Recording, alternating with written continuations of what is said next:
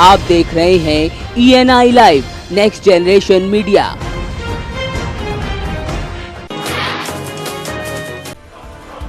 बलिया जिले के सिकंदरपुर थाना क्षेत्र के लीलकर गांव के पास घाघरा नदी में सवारियों से भरी नाव पलट गई। हादसे में 3 लोगों की मौत हो गई। 9 लोगों ने किसी तरह अपनी जान बचाई, जबकि 2 लोग अभी भी लापता हैं। बताया जा रहा है नाव में सवार लोग जानवरों का चारा लेने नदी के दूसरे छोर पर जा रहे थे। नाव में कुल 15 लोग सवार थे। नाव उस पर जा रहे थे, कुछ लोग खेत सोने के लिए। नाव 15-20 लोग नाव बैठे थे।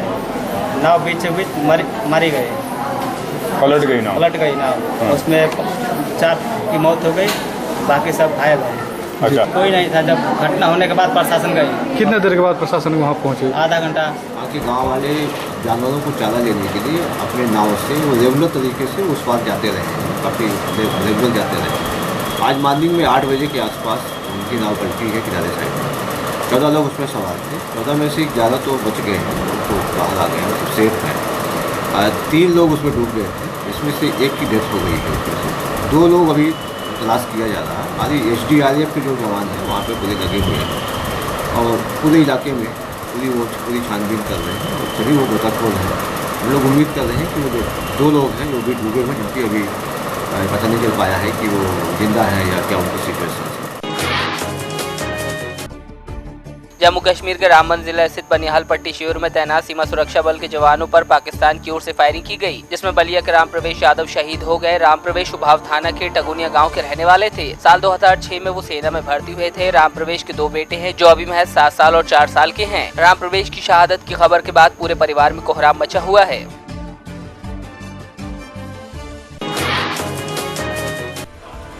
बलिया के रसड़ा कोतवाली के कासिमाबाद मार्ग पर खड़े ट्रक को तेज रफ्तार ऑल्टो कार ने टक्कर मार दी, जिसमें 2 लोग गंभीर रूप से घायल हो गए। स्थानीय लोगों की मदद से घायलों को रसड़ा CHC लाया गया। हालत गंभीर होने पर घायलों को बलिया रेफर किया गया। हादसे में चालक की मौत हो गई, जबकि दूसरे शख्स को वाराणसी रेफर किया गया है।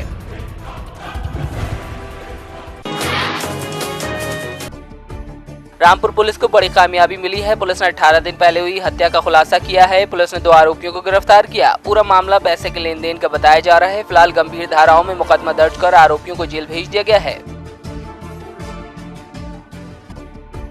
रामपुर में भारी बारिश की वजह से 10 फीट चौड़ी सड़क करीब 30 फीट दूरी तक धंस गई, जिसकी वजह से राहगीरों को खासी दिक्कत पेश आ रही है। लोगों का रास्ते से निकलना दुश्वार हो गया है। वहीं प्रशासन की लापरवाही को देखते हुए लोगों ने जमकर नारेबाजी की। मौके पर पहुंचे SDM को भी लोगों की नाराजगी का सामना करना पड़ा।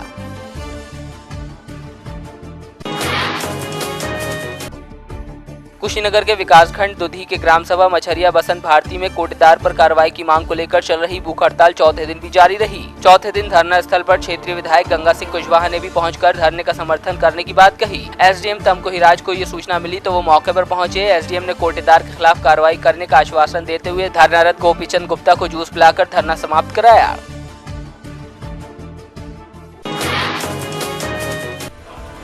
श्रावस्ती के कॉर्नर थाना क्षेत्र में किशोरी की हत्या का मामला सामने आया है। हत्यारों ने चाकुओं से गोदकर किशोरी की हत्या करने के बाद शव को गांव से 600 मीटर दूर पुलिया के नीचे खेत में फेंक दिया। बताया जा रहा है मृतका जानवरों का चारा देने के लिए घर से बाहर निकली थी और उसके बाद से नहीं लौटी, जिसके बाद लड़की का शव बरामद हुआ। फिलहाल पुलिस मामले की जाँच में जुटी है।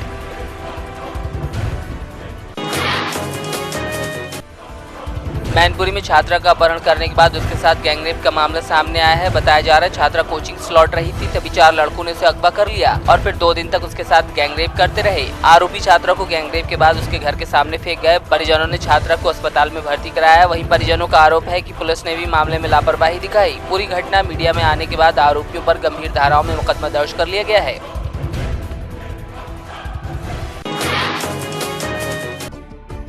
मथुरा की तहसील मार्ट में ग्राम पंचायत अधिकारी को आगरा विजिलेंस की टीम ने 10,000 की रिश्वत लेते हुए रंगे हाथ गिरफ्तार किया। आरोपी ग्राम पंचायत अधिकारी एक शख्स से बच्चे के जन्म का प्रमाण पत्र बनवाने के लिए रिश्वत मांग रहा था। शिकायत मिलने पर विजिलेंस की टीम ने आरोपी ग्राम पंचायत अधिकारी को जाल बिछाकर रंगे हाथ गिरफ्तार कर लिया।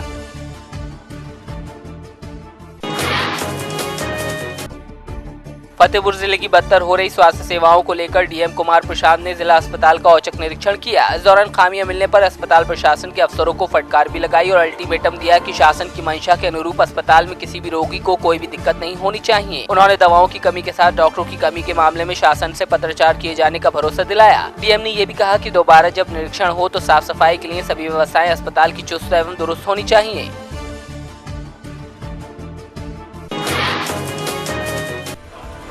हाथरस में तेज रफ्तार 2 रोडवेज बसों की आमने सामने टक्कर हो गई, जिसमें दोनों बसों के चालकों समेत 1 दर्जन यात्री घायल हुए हैं। घायलों में 4 की हालत गंभीर बताई जा रही है, जिन्हें जिला अस्पताल से अलीगढ़ मेडिकल कॉलेज के लिए रेफर किया गया है।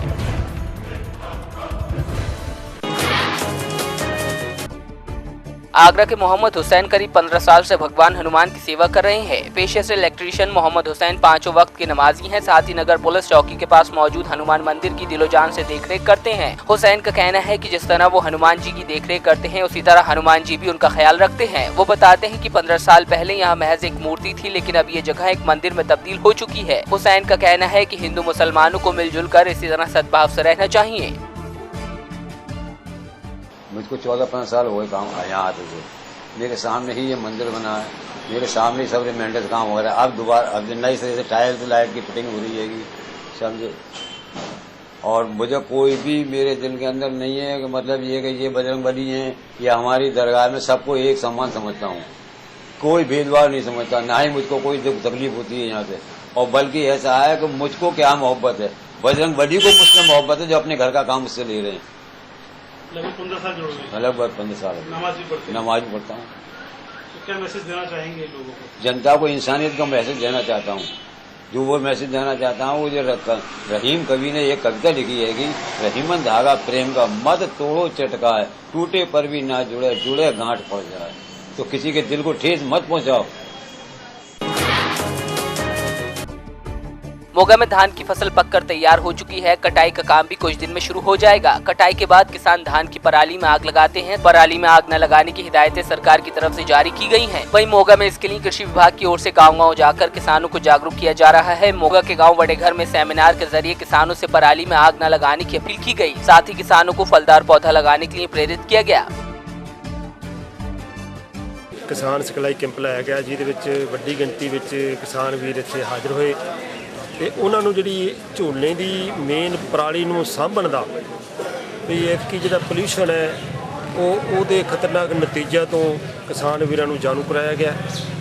ਅੱਗ ਨਾ ਲਾਉਣ ਬਾਰੇ ਵੀ ਕਿਸਾਨਾਂ ਨੇ ਸਹਿਮਤੀ ਪ੍ਰਗਟਾਈ ਹੈ, ਕਿਉਂਕਿ ਜਦੋਂ ਅਸੀਂ ਅੱਗ ਲਾਉਣੇ ਆ ਸਾਡੇ ਖੇਤਾਂ ਦੇ ਵਿੱਚ ਜਿਹੜੇ ਮਿੱਤਰ ਕੀੜੇ ਆ, ਮਿੱਤਰ ਪੰਛੀ ਹੈ, ਉਹ ਜਿਹੜੇ ਆ ਸਾਡੇ ਖਤਮ ਹੋ ਰਹੇ ਆ।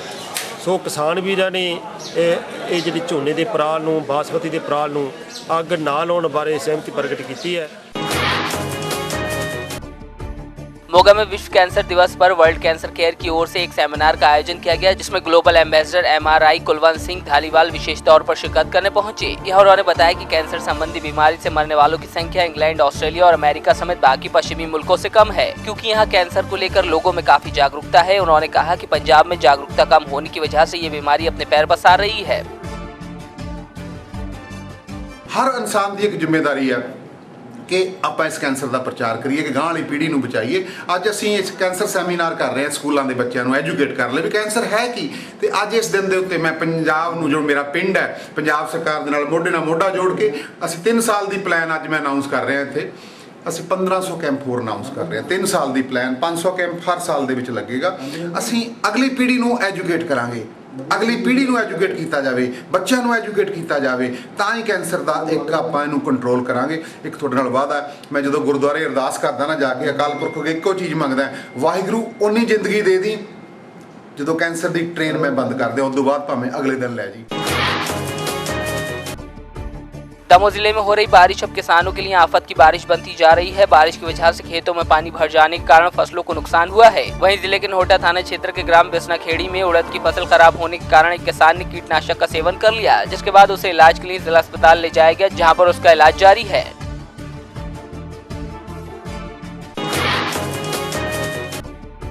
सोमनाथ आने वाले भक्तों के लिए खुशखबरी है। यहाँ भगवान शिव के दर्शन को आने वाले श्रद्धालु भगवान राम के भी दर्शन कर पाएंगे। सोमनाथ में 15 करोड़ की लागत से भव्य राम मंदिर का निर्माण किया गया है। कहा जाता है कि भगवान राम शिव के दर्शन के लिए यहाँ आए थे। साथ ही श्री राम ने दशरथ की मृत्यु के बाद उनकी आत्मा की शांति के लिए त्रिवेणी के तट पर पितृ कार्य किया था। सोमनाथ महादेव मंदिर के पास हिंदू धर्म के कई मंदिर हैं, जिसमें कृष्ण मंदिर भी शामिल है। वहीं अब इन मंदिरों में भगवान राम का मंदिर भी शामिल हो गया है।